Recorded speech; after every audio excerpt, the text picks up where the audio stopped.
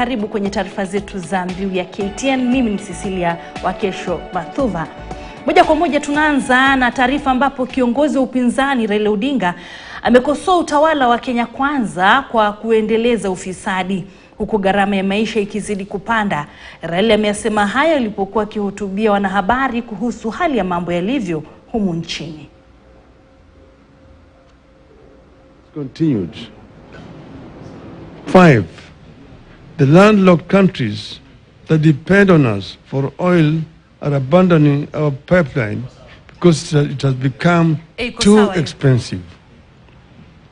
In other words, the deal has not addressed any of the problems Ruto said it would. When Ruto initiated this deal, the US dollar to the Kenya shilling exchange rate was 132. Today, 6 months later, it is Kenya shillings 159 to the dollar. The cost of fuel shot up significantly after the deal. Why have things moved from bad to worse since the deal was signed? Well, the deal was a scam for which we now demand full disclosure and full accountability. It is corrupt and rotten to the core. It is state capture by Mr. Ruto and company and a conspiracy against the country. Na kwingineko ni kwamba mvuvi mmoja alifariki maji baada ya boti yao kupinduka huku kukiwa na upepo mkali kwenye ziwa Victoria jana jioni. James Okelo mwenye umri wa miaka 50 alishindwa na nguvu za upepo huku akiandamana na wengine watatu ambao walifanikiwa kunusurika katika tukio hilo la kutisha. Akithibitisha tukio hilo, chifu msaidizi wa eneo la Budubudi katika kata ndogo ya Samia, Morris Nyongesa, alieleza kuwa alipokea taarifa hiyo ya kusikitisha jana mwendo wa saa 10 asubuhi na mara moja kuanza kazi ya uokoaji. Nyongesa aliwataka wavuvi kuchukua tahadhari na kutekeleza hatua muhimu za kiusalama kabla ya kujitosa katika maji yasiyo tabirika ya ziwa hilo Victoria. Kwa tu upepo mkali ambao ilipiga tanga ile walikuwa wanatumia kutoka Marenga kuja Budubus na boti kazama. Walipokuwa wakijaribu kujiokoa ndipo mmoja kafariki. Tuko hapa na wavuvi na Coast Guard tukishirikiana na watu wa familia pia wamejiunga nasi na wakazi wa Budubus tumeshirikiana tunatafuta. Tulipokuwa tukisonga hivyo na tukaona boti inataka kutuacha juu, mmoja wetu ambaye ndio huyo kijana akaangalia akaona hapa Mungu anaweza kumsaidia, ikawa nitaogelea naweza kutoka nje. Hakika huyo kijana aliogelea akatoka nje. Mimi na marehemu ikiwa bado tuko tu katika hiyo. Sasa marehemu pia akaona kama kijana ametoka, hata yeye pia anaweza kujiokoa. Akatoka kwa boti. Yeye pia akajaribu. Akaona si mwenzangu anaenda. Mimi pia nikatoka. Sasa nikaanza pia. Nilienda. Nikamkuta njiani. Nikampita. Yeye pia anakuja. Nilipompita nikajaribu kuenda na moyo wangu ukaniambia kuangalie nyuma uone kama mwanzaka anakuja. Lakini nilipoangalia nyuma nikaona kama.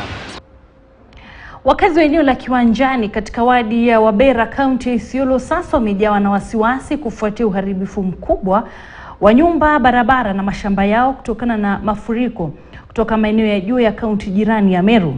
Wakiongozwa na mzee wa eneo hilo Isaac Moitha, wakazi walioathiriwa waliochaguliwa katika kaunti kuharakisha na kutafuta usaidizi wa kuelekeza maji kwenye njia zilizopo ili kuepusha hatari inayowakabili ya kusombwa na maji katika siku za usoni. Nyumba kadhaa zimeharibiwa na wakazi hawawezi kuishi tena baada ya mvua na kuharibu baadhi ya makazi yao, wakati wakazi hao walikuwa wamelala, hali inayolazimu kuondoka usiku wa manane kutafuta hifadhi. Kasinda minaenda kuisha. Nwezi kesi mbule. Kufikia saa 12 raia wamenipigia simu wakaniambia bila wameadhirika na maji ya mvua, na mvua sio mbaya, mvua ni Mungu ameleta baraka. Lakini mahali hiyo maji ya kutoka hii barabara ya kutoka Ngirandos Catholic mpaka kwa lami, hiyo barabara ikitengenezwa itasuia hii maji imefahamia hii wananchi. Na hao wananchi ni kama 1000 wameadhirika, kama ngiri moja ndio wameadhirika katika hii sehemu ya Kiwanjani area ya Laga. Area hii vile watu wanaandikwa inasemekana huyu hayaadhiriwa. Nani hapa hakuadhiriwa? Nani nyumba yake ya maji? Watu waogope Mwenyezi Mungu, watu wote waundumue pamoja. Kwanza sisi akina mama tumeumia. Ndio. Sisi ndo tumeumia, tunafunga mtoto kwa mgongo, ingine tunashikilia hapa, tunasimama kwa hiyo maji usiku mzima. Na tuna barabara, hata tukipiga ndura kuna mtu anatusikia. Macho imezaa maji, hakuna mahali ya kwenda choo, hakuna mahali ya kutembelea, masamba maragwe ile tumepanda kwa sinda, imebeba yote na maji. Nyinyi mtupe masaa kidogo tu, wacha sisi na chief officers na sisi tunakutana saa hii, tujue tutatuma timu pande hii, tutatuma timu shauri yako, tutatuma timu kambi ya juu kila mahali, tutadivide sisi, watu waende waangalie, wa assess, wakileta ripoti tutaanza kusaidia nyinyi kuanzia saa 8. Mgogoro wa kibinadamu huenda ukashuhudiwa katika eneo la Etago, Mugirango Kusini baada ya maporomoko ya ardhi kuyaharibu zaidi ya makazi 63. Huenda hali ikawa mbaya zaidi, kwani maporomoko ya ardhi yaliyosababishwa na mvua kubwa ilionyesha eneo hilo liliharibu mazao, nyumba na vyoo, huku wakazi wakilazimika kutafuta hifadhi katika shule zilizo karibu. Waathiriwa wameelezea hofu ya mlipuko wa janga la magonjwa yanayotokana na maji machafu kutokana na uharibifu wa vituo vya usafi, uhaba mkubwa wa chakula na kukosekana kwa malazi, wakitaka ngazi zote mbili za serikali na mashirika ya misaada ya kibinadamu kuwa nusuru.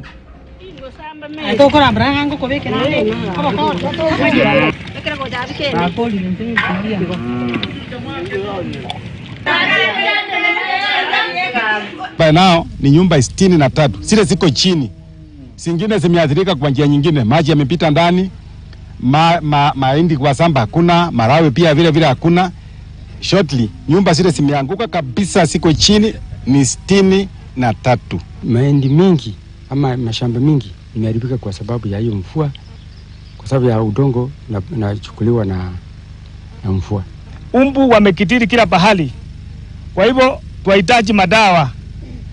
Ikiwa itawezekana, hii jamii, ikiwa kuna pesa, na tumeomba, ni mara nyingi tumeomba, sio leo tu, serikali ifanye mpango wa kuhamisha hii jamii yote kutoka hapa iende mahali kwingine, ili tusipate maafa. Tunaomba Simba radhi. Tulipiga kura hapa Nyasaa sana, akafurahia kwa roho yake, na hataki kurudi hata kuangalia tu aone jinsi vile tunateseka.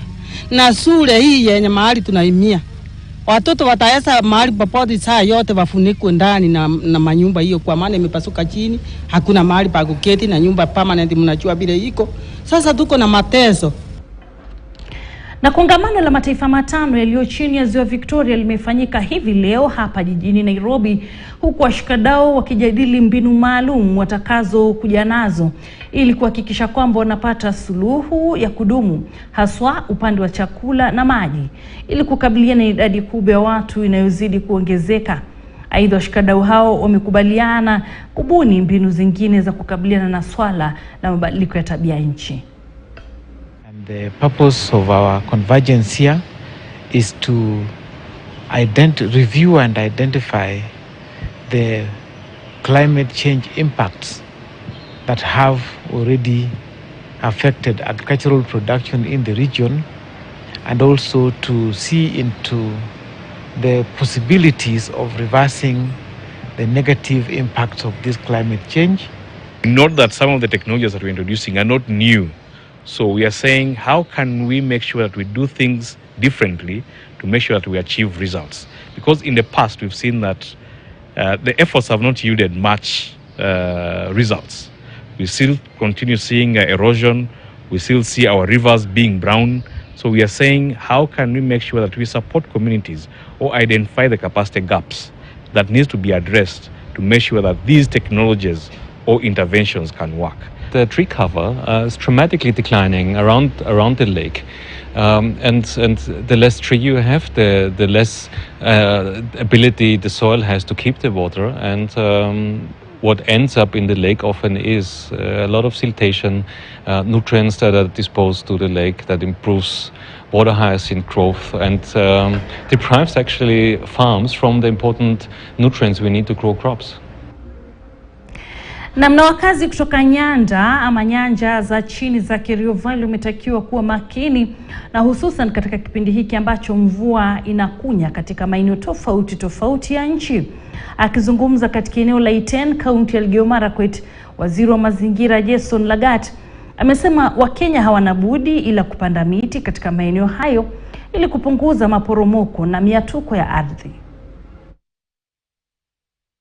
We've already earmarked the vulnerable areas, and these vulnerable areas we have sat down and agreed that we will be having about 12 rescue centers, just in case I will have some of our residents being displaced from their current settlements, so that we don't have a scenario whereby we have challenges and or our population or our people getting stuck. So for us, we are ready together with our partners, and we're working very closely with the national government, and also the Red Cross, and some of the vulnerable households or families. After we earmarked, we've seen that possible areas or households that might end up being affected if we have heavy downpour. Na sasa ni afueni kwa mabawabu humu nchini baada ya serikali kutangaza nyongeza ya mshahara wao kwa karibu 50%.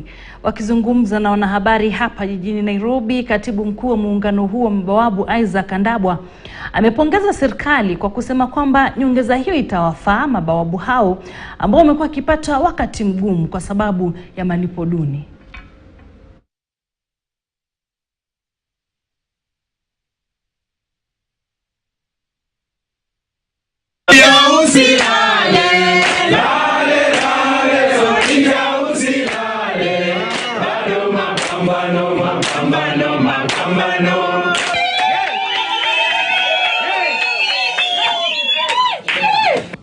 Mabawabu wameumia miaka mingi sana, wakipata mishahara duni, hakuna mambo ya overtime, environment ya kazi, na wamekuwa na miziko mikubwa. Mheshimiwa Rais ametolea hiyo mziko. Mabawabu wamepewa roughly around 30,000 Kenya shillings, almost 50% on what they've been earning. Na hii ni indication mzuri ya kwamba Mheshimiwa Rais ana live to his promise ya bottom up. So kwa hii nyongeza yenye tumepokea leo hii, niko na furaha kubwa kwa sababu pale awali tumekuwa tukipitia changamoto mingi. Pesa yetu haijakuwa kwa minimum wage. Kuna maaskari wanapata 15,000 and below, na hii taxation na housing allowance ukipata tumekatwa, tunabaki na kitu hakuna. So kwa saa hii tutafurahia, at least give reward to the government, willingly pay that housing allowance. It has been a fight for such a long time that we fought. We've made a lot of noise to at least the government realize our service to them, that at least boost the security of the nation. And realizing as our effort is at least a boost to us, and we really appreciate. Ama kweli mtazamaji, wapo mpango huu utatekelezwa, basi itakuwa ni afueni kwa mabawabu humu nchini. Kwingineko ni kwamba madaktari humu nchini sasa wanaitaka serikali kuanzisha bima maalum ya kuwasaidia Wakenya katika matibabu na haswa ya magonjwa yasiyoambukizwa ambayo yamekuwa changamoto kwa Wakenya wengi. Haya yamejiri wakati kongamano la madaktari wa uzazi na watoto lililofanyika eneo la Shanzu, kaunti ya Mombasa. Daktari Beverly Mitei kutoka hospitali ya kaunti ndogo ya Mtwapa, ambaye ana mtoto anayeugua ugonjwa usioambukizwa wa PFFD, amekuwa mstari wa mbele katika kuelimisha watu kuhusu jinsi madaktari wanajitolea katika kuokoa maisha ya Wakenya licha ya changamoto ambazo wanapitia. Aidha, mkurugenzi mkuu wa baraza la madaktari na wataalamu wa meno nchini KMPDC David Karioki ameirai serikali kutambua hatua hiyo ya ustawi wa madaktari.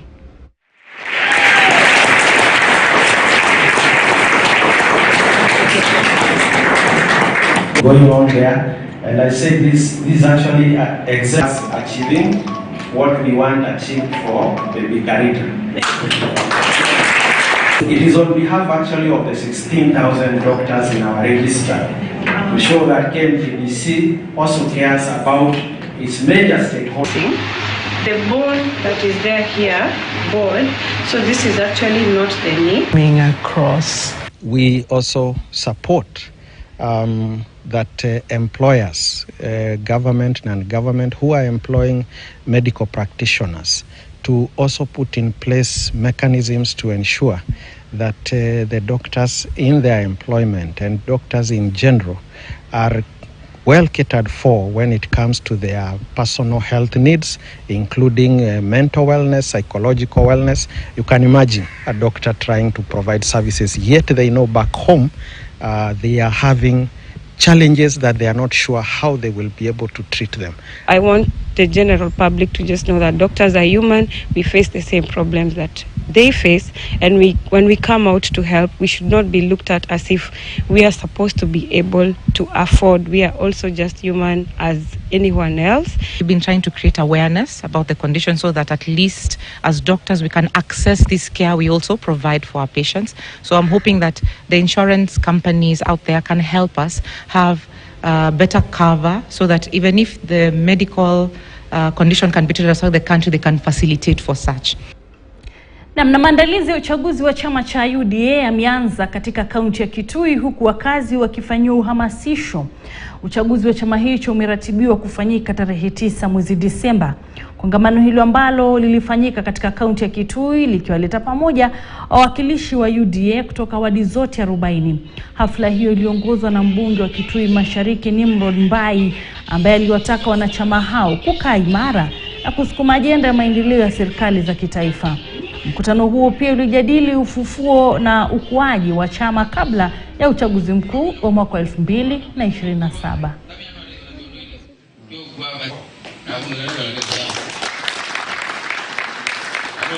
At least kila ward iko na watu wanne wanasoma, ndio wakasomesha watu wengine nyumbani vile uchaguzi itakuwa. Pia tumechukulia hii opportunity kama viongozi wa Kitui kuwa na revival ya chama yetu. Baada ya uchaguzi unajua watu wanakuwa na fatigue. Lakini kutoka leo vile sasa fatigue zimeisha, nini uchaguzi unafanyika, tumekubaliana kama viongozi tukue na revival ya chama. Sisi tukue active, tushikane mambo mawili. Kwanza tusukume agenda ya maendeleo ya kaunti yetu kwa sababu tuko kwa serikali. Jambo la pili pia tusukume wale watu ambao wetu wanaweza ingizwa kwa serikali waingizwe kwa serikali. Wale watu wamepewa kazi na rais ya kusaidia watu wetu, wasaidie watu wetu. Kwa sababu wanawasaidia, kwa sababu watu wa Kitui tulipea rais kura, alafu rais amekupea heshima kwa sababu ya ile kura ulipata Kitui, na badala ya kufanyia watu kazi unaanza kiburi na wewe umepewa kazi kufanyia watu. Serikali imedumisha marufuku ya miezi 6 ya shughuli katika msitu wa Mau, huku kukiwa na matumizi mabaya ya msitu huo. Akizungumza wakati wa sherehe za mahafali ya 46 ya chuo cha misitu cha Kenya Londiani, waziri wa mazingira Soipan Tuya amedhibitisha kwamba serikali inasalia imara katika uamuzi wake wa kushikilia marufuku ya miezi 6 ya shughuli zote za misitu inayojulikana kama Imarisha Misitu. Katibu mkuu wa mabadiliko ya tabia nchi na misitu Gitonga Mugambi alifichua kuwa 80% ya visa vilivyoripotiwa vya uharibifu wa misitu vilitoka Kericho, Nakuru na Narok. Mhifadhi mkuu wa misitu Alex Lemakoko alionya vikali maafisa wa huduma ya misitu nchini KFS, akishikilia umuhimu wa uadilifu katika majukumu yao.